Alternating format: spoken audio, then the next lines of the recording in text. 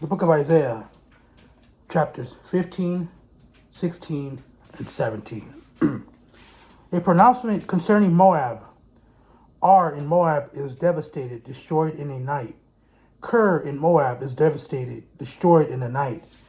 Dibon went into its temple to weep at its high places. Moab wails on Nebo and at the Medeba. Every head is shaved, every beard is chopped short. In its streets they wear sackcloth. On its rooftops and its public squares everyone wails.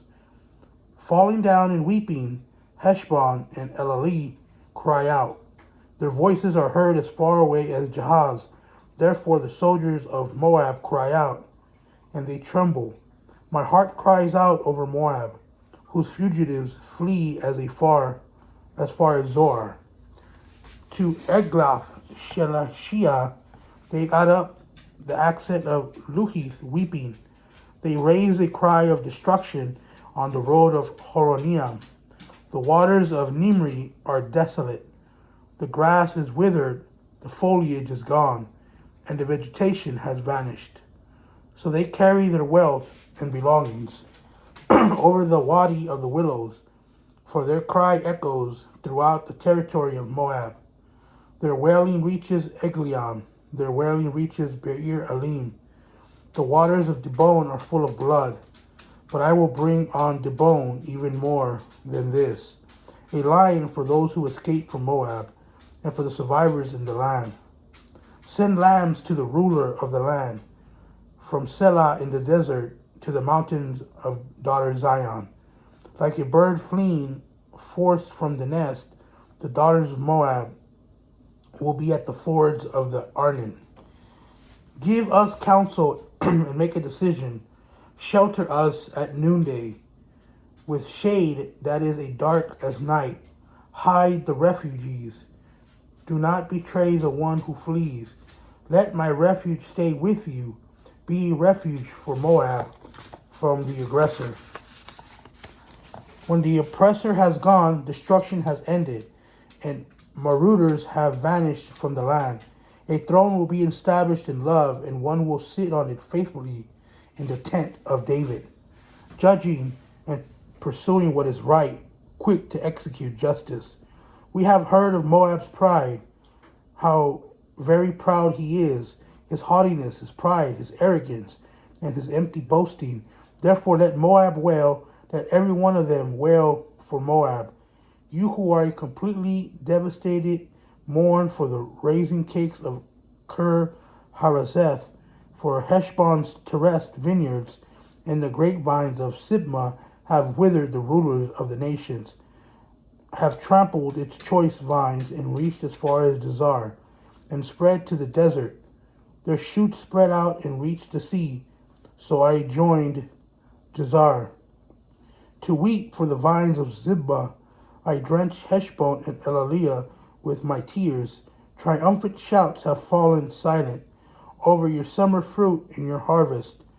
Joy and rejoicing have been removed from the orchard. No one is singing or shouting for joy in the vineyards. No one tramples grapes in the winepress. I have put an end to the shouting.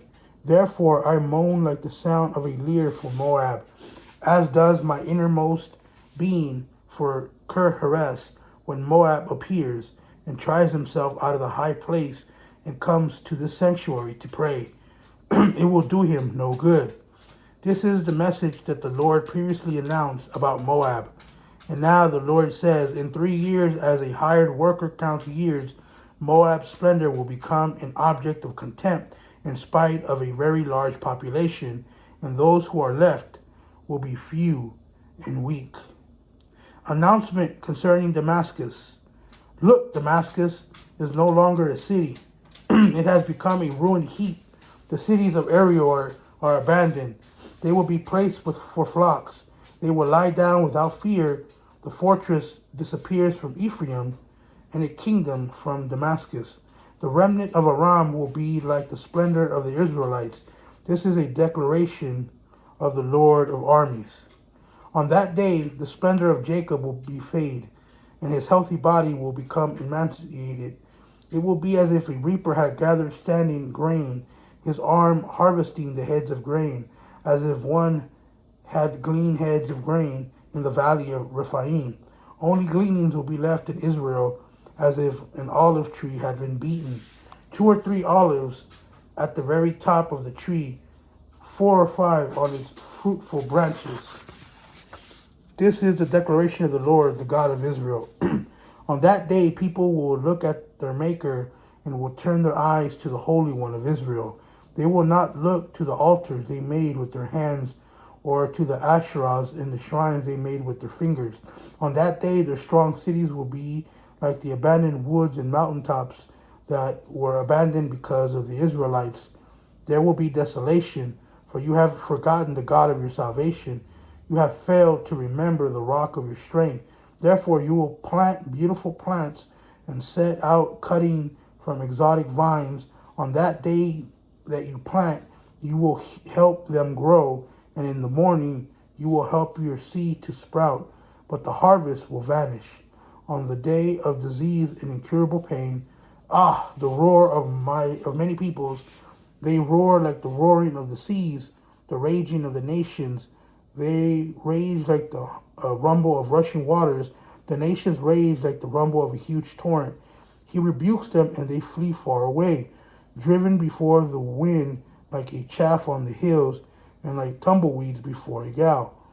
In the evening, sudden terror, but before morning it is gone.